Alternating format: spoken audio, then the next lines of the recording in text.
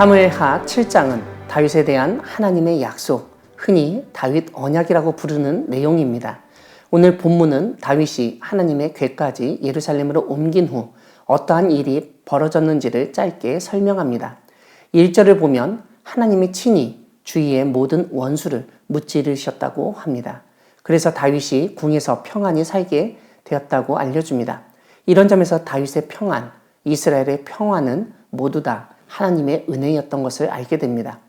이런 가운데 다윗 자신은 백향목 궁에 살고 있는데 하나님의 궤는 휘장 가운데, 즉 성막에 있다는 사실을 언급합니다.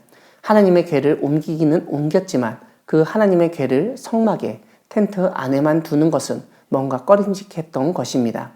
무엇보다 고대 근동에서 신을 모시는 신전은 거대하게 아름답게 건축하곤 했습니다.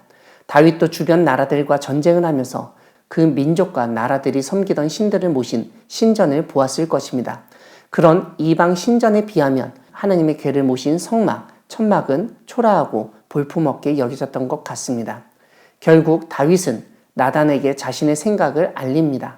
나단은 여호와 하나님께서 왕과 함께 계시니 마음에 있는 모든 것을 행하라고 말합니다. 그런데 이것은 나단의 생각이었습니다. 하나님은 나단과 다른 생각을 가지고 계셨던 것을 알게 됩니다. 하나님은 인간이 지은 집에 사는 분이 아니라는 사실을 일깨우십니다. 무엇보다 하나님은 이스라엘을 출애굽시킨 이후에 지금까지도 장막과 성막 안에서 다녔다는 점을 강조합니다. 이런 가운데 12절을 보면 하나님은 다윗뿐만 아니라 다윗의 후손도 왕으로 세워 그의 나라를 견고하게 하시겠다고 약속하십니다. 무엇보다 그 아들은 하나님의 이름을 위하여 집을 건축할 것이고 하나님은 그의 나라 왕위를 영원히 견고하게 하시겠다고 말씀하십니다. 더구나 15절을 보면 하나님은 사울에게서 은총을 빼앗은 것처럼 다윗의 아들에게서는 은총을 빼앗지 않겠다고 약속하심으로써 사울처럼 왕권을 잃는 일이 없을 것이라는 위로와 평안을 선포하십니다. 나단이 다윗에게 하나님의 말씀을 전하자 다윗은 하나님 앞에 들어가 앉아서 기도했습니다. 18절을 보면 다윗은 주 여호와여 나는 누구이오며 내 집은 무엇이기에 나를 여기까지 이르게 하셨나이까 라면서 겸손한 마음과 하나님의 인도하심을 언급합니다. 29절에서 다윗은 이제 청하건대 종의 집에 복을 주사 주 앞에 영원히 있게 하옵소서. 주 여호와께서 말씀하셨사오니 주의 종의 집이 영원히 복을 받게 하옵소서라고 기도합니다. 사랑하는 광야교회 성도 여러분, 하나님은 이스라엘이나 다윗에게 더 크고 멋있는 신전을 지으라고 요구하시지 않고 오히려 하나님을 온전하고 순전한 마음으로 섬기려 할 때 복을 주시겠다고 약속하시는 분이십니다. 사실 누구나 다윗처럼 왕이 되고 권력을 가지고 주변의 원수가 다 사라지고 평안한 시절을 얻게 되면 정말 내 맘대로 하고 싶은 대로 하면서 살고자 할 것입니다.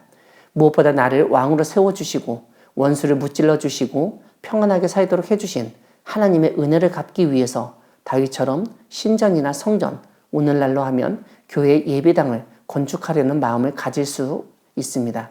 하지만 우리가 앞에서 살펴보았듯 하나님의 궤, 언약궤도 다윗의 마음대로 옮길 수 없었듯이 하나님의 집 역시 다윗의 마음대로 지을 수 없다는 사실을 하나님은 일깨우십니다. 즉 내가 하고 싶다고, 내가 할 수 있다고 하나님의 모든 것을 허락하시는 것은 아니라는 점입니다. 비록 나단은 왕이니까 왕이 마음에 생각하는 것처럼 모든 것을 할 수 있고 하면 된다고 말하였지만 하나님은 왕이라도 안 되는 일이 있다는 사실을 분명하게 알려주십니다. 이런 점에서 아무리 좋은 생각과 의도로 하나님을 위해서 큰 일을 하려고 해도 하나님이 막으실 수 있다는 사실을 우리는 인정하고 받아들일 수 있어야 하겠습니다.